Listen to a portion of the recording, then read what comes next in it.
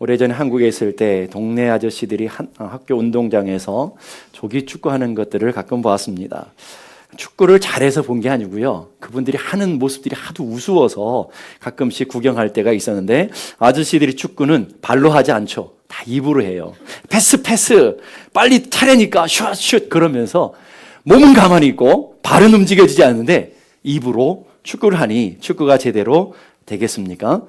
그런데 영국이나 스페인의 그 프로축구를 보게 되면 말이 없다라는 거예요. 말 한마디도 안 하는데 그렇게 멋진 골들이, 정말 작품 같은 골들이 들어가는 것들, 모든 사람이 감탄하게 하는 골들이 들어가는 것을 보게 됩니다. 왜 그런가 하고 이게 연구해 봤더니 이 실력과 수준의 차이 때문에 그런 것이 아닌가 하는 생각이 들어요. 아무리 말이 많아도 실력과 수준이 쫓아가지 않으면 좋은 골이 들어갈 수 없고, 말이 없어도 실력과 수준이 잘 맞아서 훈련되고 연습되어지면 멋있는 작품 같은 골들이 들어가는 것처럼 교회도 똑같다라는 생각이 들어요. 영적인 실력과 영적인 훈련이 돼 있는 사람들은 말이 없죠. 그런데 영적인 실력과 영적인 훈련이 안 돼 있는 사람들은 말로만 하죠. 말로 이래라 저래라 불평하고 원망하고 이견은 왜 저러냐, 일은 왜 저러냐 그러면서 말들이 무성하더라는 거예요. 여러분, 저는 여러분들이 영적인 실력과 은혜를 갖춰서 영적인 훈련을 통해서 말이 아닌 몸으로 삶으로 살아낼 수 있는 은혜가 있기를 주님의 이름으로 축복합니다. 예수님이 누구신가 하는 질문을, 오늘 중요한 질문에 대한 대답을 해주고 있습니다. 이 질문에 대한 대답이 얼마나 중요하냐면, 여러분이 예수님이 누구신가에 대한 대답을 통해서 여러분이 영원한 영생으로 아니면 영원한 저주로 나눠줄 수 있는 아주 중요한 질문에 대한 대답을 주고 있더라는 거예요. 예수님은 여러분의 인생에 누구이십니까? 그런 질문을 해보셨어요? 오늘 예수님은 나에게 누구신가 하는 질문을 해보셨냐고요. 오늘 세례요한은 예수님이 누구시 정확하고 분명하게 대답을 해주고 있습니다. 29절 다 같이 읽겠습니다. 시작. 이튿날 요한이 예수께서 자기의 나오심을 보고 이르되 보라, 세상 죄를 지고 가는 하나님의 어린 양이로다. 예수님이 오시는 것을 봤어요. 세례요한이 입을 벌려서 많은 사람들에게 고백합니다. 저분이야말로 세상 죄를 지고 가는 하나님의 어린 양이다. 저분이야말로 하나님이 보내신, 이 땅에 죄를 짊어지고 가시기 위해서 하나님이 보내신 메시아다라고 하는 고백이에요. 그 다음 날에도 세례요한은 예수님을 만났어요. 그 다음 날 예수님을 만난 세례요한이 똑같은 고백을 합니다. 36절 보니까 예수께서 건의심을 보고 말하되 보라, 하나님의 어린 양이로다. 왜 세례요한은 수많은 비유가 있고 수많은 고백이 있고 수많은 간증이 있음에도 불구하고 예수 그리스도를 향해서 하나님의 어린 양이라고, 세상 죄를 지고 가는 하나님의 어린 양이라고 고백했을까요? 세상 죄를 지고 가는 하나님의 어린 양이라고 하는 이 고백은 구약 전체의 구속사에 흐르는 가장 중요한 고백이며 가장 중요한 대답인 것을 볼 수 있습니다. 창세기 22장에 보면, 창세기 22장은 여러분이 잘 아는 내용이죠. 하나님이 아브라함을 불러서 독생자 이삭을 제물로 바치라고 하는 장면이 나옵니다. 아브라함이 하나님의 말씀에 순종해서 이삭을 끌고 모리아산까지 올라갑니다. 그리고 제단에 이삭을 눕혀놓고 칼을 들고 죽이려고 할 때 하나님의 음성을 통해서 그 번제가 멈춰지게 되는 것을 보게 돼요. 아브라함이 눈을 들어 보았더니 숲풀 가운데 걸려있는 순양 한 마리를 발견하게 되고 그 양을 대신해서 하나님 앞에 제물로, 번제로 하나님 앞에 드리면서 여호와 이레라고 고백하게 되죠. 여호와 이레라는 것은 하나님이 이것을 준비하셨다, 하나님 이것까지 준비하실 것이다 라고 하는 믿음의 고백이죠. 그 여호와 이레라는 고백은 다름 아니라 앞으로 장차 모리아 산에서 하나님께서 순양을 준비하신 것처럼 우리 온 인류를 위해서 대속의 순양을 보내시는 바로 여호와 이레를 믿음으로 고백하는 거죠. 이게 바로 예수 그리스도를 상징적으로 얘기하는 거라는 거예요. 출애굽기로 가면 출애굽기 12장에 보면 또 한 번의 어린 양의 사건이 나오죠. 여러분 잘 아시는 10번째 재앙, 애굽에 내린 10번째 심판이 있는데 그 10번째 심판이 무엇이죠? 장자를 죽이는 심판. 애굽의 장자만 아니라 애굽 땅에 있는 모든 사람들, 이스라엘도 포함된 거예요. 모든 사람의 아들 첫째뿐만 아니라 짐승의 첫째까지 심판당하는 그런 저주와 심판의 밤이 이르게 되었어요. 무슨 말이겠어요? 이 땅에 살아가는 모든 사람들은 죄의 삭은 이렇게 사망이다, 심판이다라는 것을 가르쳐 주는 거죠. 우리도 마찬가지.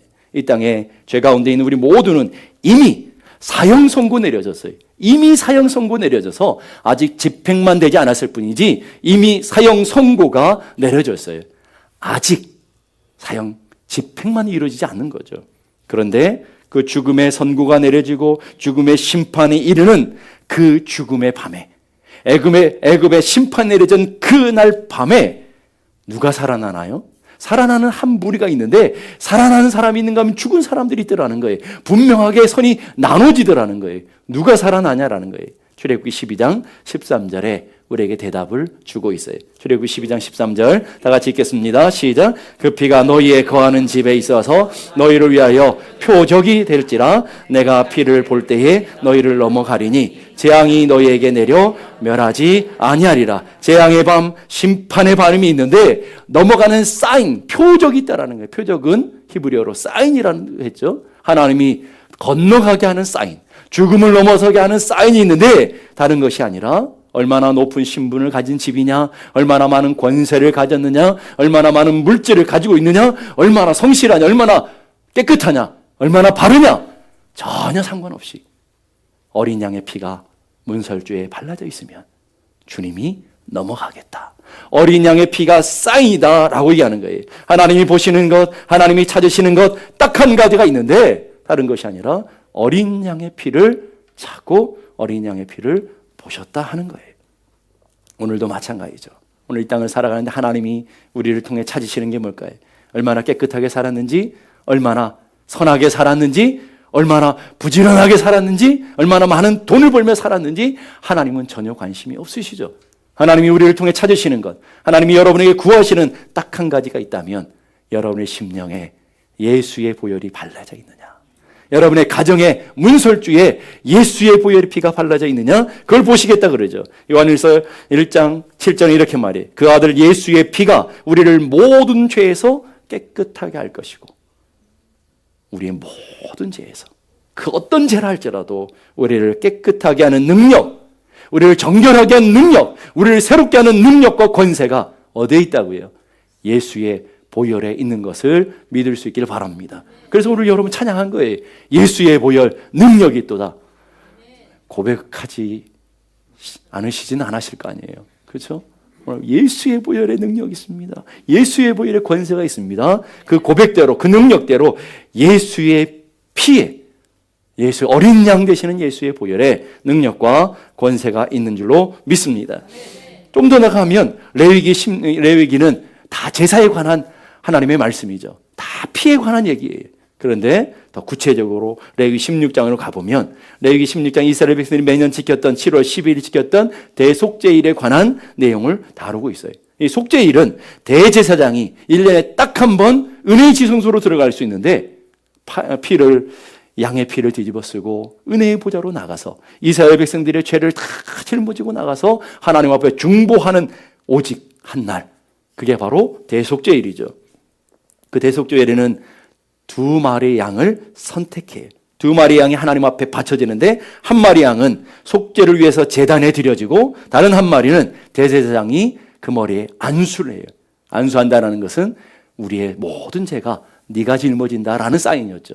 그 모든 이스라엘의 백성의 죄들을 그 양 한 마리에 짊어지고 그 양을 끌고 광야로 내보내요. 그래서 그 양은 그 이스라엘 백성들의 모든 죄를 짊어지고 광야를 방황하다가 짐승의 밥이 되어 죽는 것, 그 죽은 양을 아사셀 양이라 그래요. 그 아사셀 양이 바로 우리의 온 인류의 죄를 담당하시고 죽으신 예수 그리스도를 상징적으로 얘기하는 거예요. 성경은 창세기 이 아담과 하와의 범죄의 사건 이후로부터 피가 쭉 역사 속에 흘러가는 거죠. 구약 성경 속에 계속해서 어린 양의 피의 역사들을 이루고 가는데 예수님의 골고다의 십자가의 피 흘림의 자리까지 모든 성경의 자리가 피의 역사인 것을 보게 돼요. 그래서 마틴 루터는 우리에게 이렇게 고백합니다. 성경은 구약을 짜봐라. 거기에는 짐승의 피들이 나올 것이다. 그리고 신약을 짜보면 어린 양 예수의 피가 나올 것이다 라고 얘기하는 거예요. 오늘도 우리는 그 어린 양 되시는 예수 그리스도의 보혈을 의지하여 은혜의 보좌로 나가는 능력과 권세를 얻게 되는 줄로 믿습니다. 이사야 53장 6절 7절은 우리 이렇게 고백해요. 우리 다 같이 한번 읽어보십시다. 우리는 다 양 같아서 그릇 행하여 각기 제 길로 갔거늘 여호와께서는 우리 모두의 죄악을 그에게 담당시키셔도다. 그가 곤욕을 당하여 괴로울 때에도 그의 입을 열지 아니하였으며 마치 도수장으로 끌려가는 어린 양과 털 깎는 자 앞에 잠잠한 양같이 그의 입을 열지 아니하였도다. 자, 오늘 하나님께서 우리 인류의 죄가 뭔지를 가르쳐주고 있죠. 각기 제 길로 가는 것, 이게 죄라는 거예요. 하나님의 뜻을 어겨서 하나님으로부터 떠나서 자기의 소견의대로, 자기의 의지대로, 자기의 계획대로 살아가는 것들이 죄라는 거예요. 하나님은 그 죄들을 어린 양 예수께 다 담당시키셨다. 모든 죄를 짊어지신 어린 양 되시는 예수 그리스도는 도수장으로 끌려가는 어린 양과 같이 털 깎는 자 앞에 잠잠한 양같이 그의 입을 열지 아니하였다. 이렇게 고백하고 있어요. 종교교자 마틴 루터가 수도원에 있을 때 꿈을 꿉니다. 사탄이 루터에게 나타나서 큰 책을 가지고 와서 보여주는 거예요. 그 책에는 다른 것이 아니라 마틴 루터가 어렸을 때 지었던 죄, 청년에 지었던 죄, 큰 죄, 사소한 죄까지 빽빽하게 기록되어 있는 거예요. 그 책을 봤더니 루터가 기가 막힌 거예요. 아니, 내가 이렇게 엄청난 죄들을 내가 지었나. 그래서 낙심하고 절망하는데 사탄이 우리를 조롱합니다. 루터를 조롱하고 비아냥거립니다. 너 이렇게 더럽고 엄청난 죄를 지었는데 네가 구원받을 수 있다고? 네가 하나님의 자녀라고 조롱합니다. 너무 낙심되어 절망 가운데 있는 루터를 향해 하늘의 음성이 들려오는데 그리스도의 보혈이 내 죄를 깨끗하게 하였다. 그리스도의 보혈이 내 죄를 깨끗하게 하였다 하는 음성이 들리는 거예요. 마틴 루터가 그 은혜를 깨닫고 하나님의 은혜를 붙들고 악한 사탄을 향해서 이렇게 말하는 거예요. 나는 죄인 맞다. 그러나 예수 그리스도의 보혈이 내 죄를 깨끗하게 했다. 나는 정결하다. 이렇게 고백했다는 거예요. 그랬더니 악한 사탄이 아무 말 못하고 떠나더라 하는 그런 얘기가 있어요. 오늘 사랑하는 성도 여러분, 예수의 보혈이 그 어떤 죄라도 모든 죄들을 우리를 정결케 하기 위해서 오신 줄로 믿을 수 있기를 간절히 바랍니다. 누가 지옥 가나요? 죄인이 지옥 갑니까? 아니요. 엄밀하게 말하면 죄인이 지옥 가는 게 맞지만 그러나 더 엄밀하게 말하면 죄인이 지옥 가는 게 아니라 용서받지 못한 자가 지옥 가는 거예요. 왜 그럴까요? 우리는 모두가 이미 죄인이잖아요. 모든 사람이 죄를 보면서 하나님의 영광에 이르지 못하게 되었다. 그 죄의 삭은 다 사망에 이르게 되었어요. 그래서 모든 사람이 죄를 보면서 하나님의 영광, 천국으로 가지 못하게 되었어요. 그런데 그리스도 안에 있는 자들에게 그리스도로 말미암아 속량되어로 말미로 하나님의 은혜로 값없이 우리는 의롭게 된 자들이 된 줄로 믿습니다. 그러기에 지옥은 죄인이 가는 것이 아니라 용서받지 못한 죄인이 가는 거죠. 죄로 말미암아 지옥 가는 것이 아니라 용서받지 못했기 때문에 가는 거죠. 죄의 짐을 짊어지기 위해서 그래서 예수님이 어린 양으로 이 땅에 오신 줄로 믿을 수 있기를 간절히 바랍니다. 오직 우리가 살 수 있는 오직 유일한 길, 우리가 살 수 있는 오직 한 길이 있는데 그 길은 예수 그리스도의 보혈밖에 없는 줄로 믿을 수 있기를 바랍니다. 베드로전서 1장 18절 19절 이렇게 고백합니다. 다 같이 읽어보십시다. 너희가 알거니와 너희 조상이 유전된 망령된 행실에서 구속된 것은 은이나 금같이 없어질 것으로 한 것이 아니요 오직 흠없고 점없는 어린 양 같은 그리스도의 보배로운 피로 한 것이다. 자, 우리의 모든 죄, 망령된 우리의 모든 죄들이 어떻게 없어진다고요? 은이나 금같이. 이 세상에서 가장 고귀한 게 은이랑 금으로 보여진다면 그렇게 고귀한 것으로도 우리의 죄를 어찌할 수 없다라는 거예요. 그런데 그 다음에 쭉 있다 보니까 오직이라는 단어가 아주 중요하죠. 오직 우리를 정결하게, 오직 우리를 새롭게, 오직 우리를 온전하게 만들어주는 능력이 있는데 그 능력이 뭐라고요? 예수 그리스도의 보배로운 피로 되는 것을 믿을 수 있기를 간절히 바랍니다. 그 은혜를 주기 위해서 누가 오셨다고요? 예수 그리스도께서 오셨다라는 거예요. 그래서 세례 요한이 그 예수를 보면서 세상 죄를 지고 가는 하나님의 어린 양이다 라고 고백하는 거예요. 여기서 보면 지고 간다라는 헬라어는 치워 없애버린다라는 거예요. 옮겨버린다라는 거예요. 제거한다, 빼앗아 버린다, 우리 것들을 빼앗아 버린다라는 거예요. 뭘 빼앗아요? 죄를 빼. 그게 뭐가 좋은 거라고, 뭐가 귀한 거라고, 우리의 죄를 빼앗아서 동이 서에서 몸같이 우리의 죄를 옮겨주시더라는 거예요. 누가요? 하나님이 옮겨주시는 거예요. 이 지고 간다라는 말은 능동적인 언어예요. 예수님이 수동적으로 억지로 마지못해 어쩔 수 없어서 십자가 지신 것이 아니라 자발적으로 의지를 가지고 하나님의 주시는 은혜의 말씀들을 붙들고 우리를 살리기 위해서 자발적으로 십자가의 길을 걸어가셨다라는 뜻이라는 거예요. 그걸 더 구체적으로 우리에게 말씀해 주는 게 요한복음 10장 18절의 말씀이에요. 요한복음 10장 18절 다 같이 한번 읽어봅시다. 시작. 이를 내게서 빼앗는 자가 있는 것이 아니라 내가 스스로 버리노라.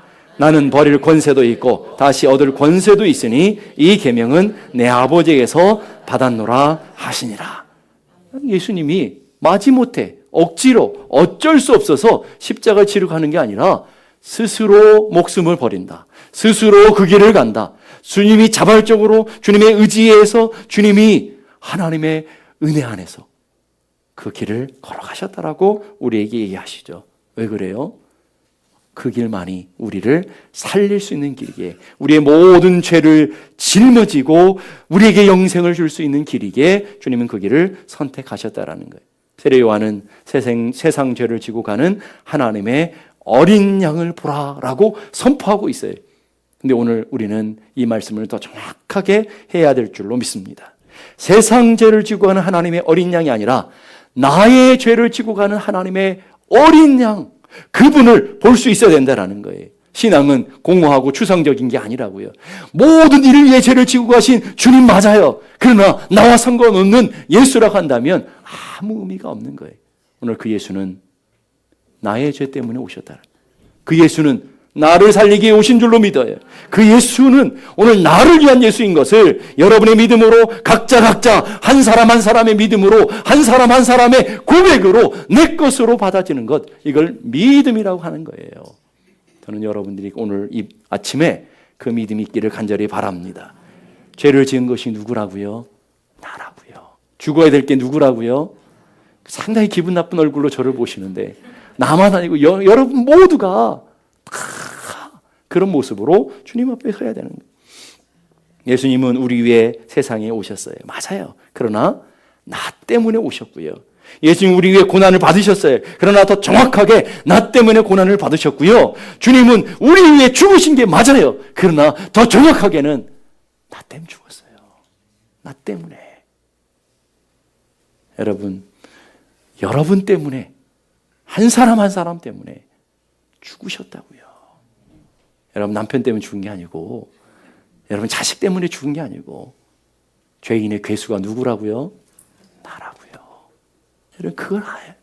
그 은혜를 깨닫는 사람, 그 은혜를 맛본 사람만 그 은혜를 그 은혜가 얼마나 큰지를 알게 되는 거죠. 그래서 어떻게 할 때 자유함이 주어지나요? 어떻게 할 때 은혜가 주어지나요? 세상 죄를 지기 위해 오신 예수 그리스도, 세상 죄를, 나의 죄를 지기 위해서 이 땅에 오신 예수님이 여러분 앞에 있어요. 그러면 여러분 어떻게 해야 되겠어요? 여러분의 무거운 짐을 예수께로 맡겨야 되죠. 여러분의 무거운 죄를 예수님께 맡겨야 돼요. 의탁해야 돼요. 그래야 자유함이 주어지는 거예요. 시편 55편 22절 우리 다 같이 한번 읽어봅시다. 시작. 내 짐을 여호와께 맡기라. 그가 너를 붙드시고 의인의 요동함을 영원히 허락하지 아니하시리로다. 여러분의 짐을, 여러분의 죄를 누구에게 맡기라고요? 자꾸 남편에게 맡기려고 하지 마시고, 아내에게 맡기려고 하지 마시고, 아내 치마 붙잡고 천국 가려고 하지 마시고, 그런 길은 없다라는 거예요. 여호와께 맡겨버리라. 맡겨버린다라는 말은 물건을 던져버린다라는 말이에요. 그래서 우리 아이들을 보면 알죠. 학교 갔다 와서 가방 휙 던져놓고 놀러 가잖아요. 아무렇게 있지 않고 자유함을 누리잖아요. 이게 맡겨버린다는 거죠. 억지로 타의적으로 되는 것이 아니라 여러분 스스로 여러분의 자발적으로 여러분의 의지와 여러분의 믿음으로 하나님께 맡길 때에 어린 양 세상 죄를 지고 가실 예수 그리스도께 맡겨진 자들에게만 자유함이 주어지더라는 거예요. 이런 얘기가 있죠. 옛날 시골 할머니가 무거운 짐을 메고 걸어가는데 그때 처음 차가 나올 때인데 차가 지나가다가 그걸 안쓰러 태워주랬어요. 근데 여전히 할머니는 머리에 무거운 짐을 지고 있는 거예요. 그래서 안 돼서 왜 그렇게 무거운 짐을 지고 가십니까? 편하게 내려놓으시지. 그랬더니 내가 염치가 있지. 이 몸도 태워준 것도 고마운데 어떻게 짐을 내려놓겠냐. 여러분 다 웃는 얘기 아니겠습니까? 근데 교회에 그런 분들이, 그런 할머니 같은 분들이 너무나 많더라는 거예요. 교회 왔는데 내가 이렇게 교회만 다니는 것도 감사한데 어떻게 이 무거운 짐까지 맡길 수 있겠습니까? 그리고 어깨에 엄청난 무거운 짐을 지고 여러분 가고 있더라는 거예요. 존 버년이라는 분이 쓴 철로역정에 보게 되면 영적 순례의 길을 걸어가는 순례자가 어깨에 뭘 지고 있어요? 엄청난 무거운 짐을 지고 있는 거예요. 아무리 발버둥 치려고 짐을 벗어버리려고 해도 벗겨질 수가 없는 거예요. 언제 벗겨지나요? 골고다 십자가 주님 앞에 나가서 주님 앞에 섰을 때에 자동적으로 어깨에 있는 짐들이 다 벗겨지고 자유함을 누리는 거죠. 오늘 주님께서 오늘 우리들에게 오셨어요. 주님이 우리를 찾아오셨어요. 먼저 하늘 보좌를 버리시고 우리에게 오신 줄로 믿습니다. 뭐 하라고요? 여러분들의 짐을 져주시기 위해서, 여러분의 무거운 짐들, 내 스스로 어떻게 할 수 없는 짐, 아무리 노력하고 아무리 발버둥 쳐도 벗겨지지 않는 그 짐을 주님이 져주시기에 오셨다고요. 다른 때 체면 생각하시지 그럴 때 체면 생각하지 마시고 맡기시라고요. 주님의 십자가 앞에 내려놓으시라고요. 그리고 자유함을 얻는 은혜가 있기를 간절히 바랍니다. 스스로 절대로 해결되지 않는 짐이라는 거예요. 아무리 교회를 오래 다녀도, 제 아무리 모태신앙이라 할지라도 절대로 그곳으로 구원의 길이 열려지지 않는다라는 거예요. 예수님께 맡기는 자만 자유함을 얻는 거예요. 기도를 많이 하고 성경을 많이 한다고 그것으로 구원 얻는 길이 아니라는 거예요. 예수의 피를 의지해서 은혜의 보좌로 나가는 사람만 자유함을 누리게 되는 줄로 믿습니다. 아무리 직분을 맡고 아무리 봉사하고 아무리 헌금을 많이 드려도 그것으로 구원 얻는 길이 주어지지 않는다니까요. 무엇으로요? 오직 예수의 보혈로만.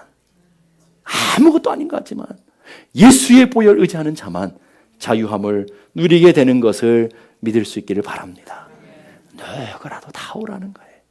다 와서 무거운 짐 좀 벗으라는 거예요. 자유함을 얻으라는 거예요. 감격이 없는 거예요. 여전히 내가 지고 가야 된다고 생각하시는 분들이 너무나 많은 거예요.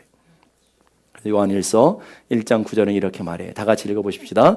만일 우리가 우리 죄를 자백하면 그는 미쁘시고 의로우사 우리 죄를 사하시며 우리를 모든 불의에서 깨끗하게 하실 것이요. 믿습니까? 모든 불의, 모든 죄악, 그것이 어떤 죄라 할지라도, 어떠한 수치라 할지라도, 말할 수 없는 그 부끄러운 죄악이라 할지라도, 태산같이 큰 죄라 할지라도 주님은 깨끗하게 하시고 정결하시게 하시고 새롭게 하시고 이전 것은 지나갔으니 보라 새 것 되었도다. 새 것으로 만들어주시기로 약속하고 계시다고요. 근데 조건이 하나가 있어요. 누구에게요? 그 앞에 보세요. 우리 죄를 자백하는 자. 내가 죄인 것을 깨닫고 내 어깨에 엄청난 죄의 짐이 있는 것을 깨닫고 믿음으로 주님 앞에 나아가, 십자가 앞에 나아가, 주님 내 힘으로는 안 돼요. 주님 도와주세요. 주님 이거 좀 벗겨주세요. 주여, 주님의 자비와 주님의 긍휼로 나를 불쌍히 여겨달라고 자기 입으로 고백하고 자기 믿음으로 주님 앞에 나아가는 자들에게만 하나님께서 허락하시는 은혜라는 거예요. 로마서 10장 10절은 사람이 마음으로 믿어 의에 이르고 입으로 신하여 구원에 이르느니라.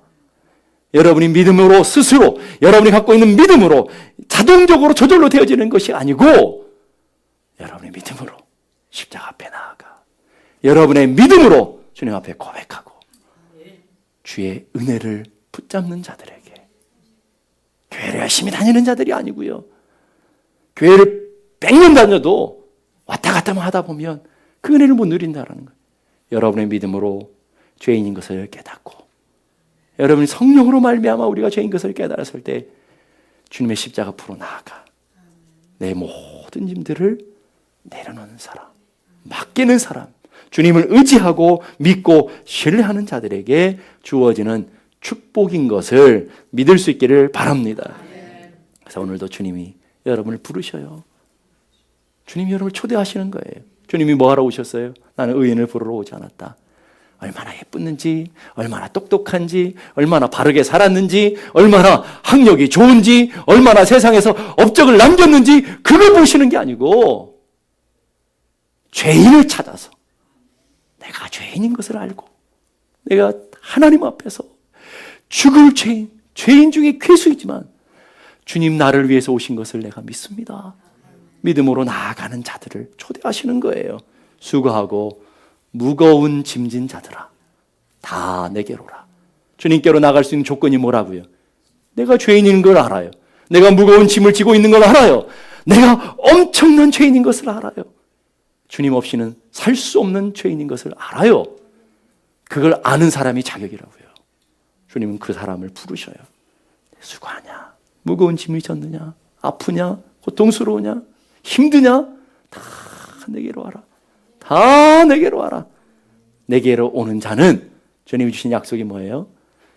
무거운 짐이 벗겨질 뿐만 아니라 쉼, 그 쉼이라는 것은 하나님께서 아담 하와를 세우시고 첫 번째 주셨던 그 안식 말이에요. 그 평안 말이에요. 하나님 안에 주어졌던 안식. 원수되어서 우리 삶에 눌리고 수많은 저주로 눌려 있었던 우리들에게 참된 안식, 참된 쉼, 참된 하늘의 영광, 참된 하늘의 복을 줄 것이다. 여러분 그 은혜를 누리고 계십니까? 그 평강을 누리고 계십니까? 그 하나님의 나라의 그 은혜를, 쉼을, 평강을, 그 기쁨을 누리고 계시느냐라는 거예요. 그래서 찬송은 이렇게 맞아. 죄짐 맡은 우리 구주 어찌 좋은 친구인지. 나의 죄 짐을 맡겨봤어야 내가 죄짐 맡은 우리 친구라고 고백할 수 있게. 걱정 근심 무거운 짐 우리 남편께 맡기세. 우리 자녀께 맡기세. 이러지 않는다고요. 우리 주께 맡기세. 주님께 맡기라고요. 주께 고함 없는 고로 복을 받지 못하고 신령한 복을 얻지 못해요. 사람들이 어찌하여 아랠 줄을 모를까. 근심 걱정 무거운 짐 아니 진짜 누군가. 피난처는 어디 있다고요? 피난처는 예수께 있어요. 아는 분들이 그래요. 피난처는 오직 예수밖에 없다고요.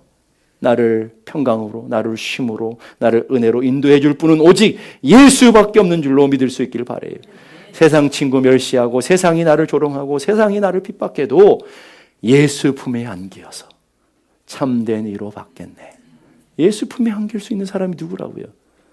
죄의 짐을 주님께 맡긴 사람만. 그래서 오늘 주님이 우리를 붙드시는 거죠. 근데 오늘 보니까 시편 55편 22절에는 참 이상한 고백이 있어요. 내 짐을 여호와께 맡기라. 그러면 내 짐을 붙들어 줄게. 이래야 맞는 거잖아요. 짐을 맡겼으니까 짐을 붙들어 주셔야 되잖아요. 그런데 성경이 이렇게 고백해요. 내 짐을 여호와께 맡기라. 그리하면 그가 너를 붙드시고. 누구를 붙들어줘요? 나를 붙들어 준다고요.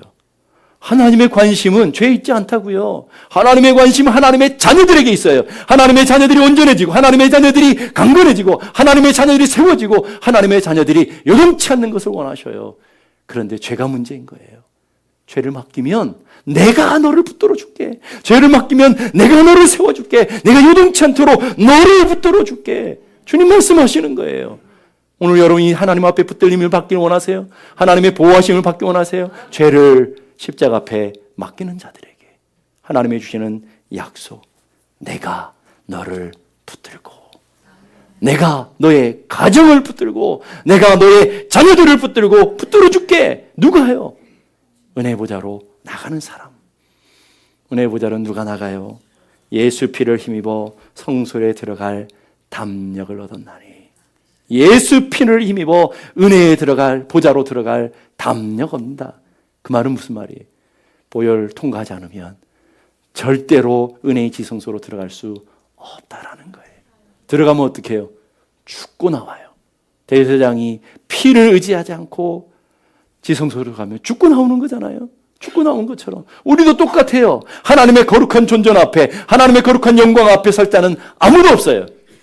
딱 한 가지, 예수 보혈 통과해서, 예수 보혈 믿음으로 나가는 사람들은 하나님의 자녀로 받으시고 예수 품에 안기어 영원한 쉼과 안식을 누리게 될 줄로 믿습니다. 그래서 우리가 그렇게 고백하며 찬양한 거예요. 보혈을 지나 하나님 품으로. 하나님 품으로 어떻게 간다고요? 보혈을 지나가는 거예요. 보혈을 지나 아버지 품으로, 보혈을 지나 하나님 품으로 어떻게 해요? 한 걸음씩 한 걸음씩. 존귀한 주보혈이 내 영을 새롭게 하고, 존귀한 주보혈이 여러분의 가정을 새롭게 하고, 존귀한 주보혈이 여러분의 인생을 완전히 다른 삶으로, 완전히 다른 가치로 새롭게 만들어 줄 줄로 믿습니다. 그러기에 우리는 예수의 보혈을 의지하여 하나님 품으로 나아갈 수 있기를 바래. 예수의 보혈을 의지해서 오늘도 은혜의 지성소로 들어갈 수 있는 담력을 얻기를 주님의 이름으로 축복합니다. 존귀한 주보혈이 여러분의 영혼을 치료하실 것입니다. 존귀한 주보혈이 여러분의 상한 심령들을, 과거에 얽매이는 죄들을 다 정결하게 포매시켜 주실 거예요. 포맷이 뭔지 아시죠? 다 정결하게 씻겨 주실 거라고요. 존귀한 주보혈이 여러분의 무너진 가정을 회복시켜 주실 거라고요. 존귀한 주보혈이 무너져 있는 여러분이 몸도 회복시켜 주실 거라고요. 여러분의 가정도, 여러분의 기업도 존귀한 주보혈이, 주의 보혈을 의지하여 나가는 자들을 세우실 줄로 믿습니다. 오늘도 우리는 그 보혈을 의지하여 은혜의 보좌로 나아가 하나님의 회복하시는 은혜를, 하나님의 치유하시는 그 능력을, 구원의 역사를, 생명의 역사를 날마다 맛보는 하나님의 사람들이 다 될 수 있기를 주님의 이름으로 축복합니다. 그 믿음으로 우리 함께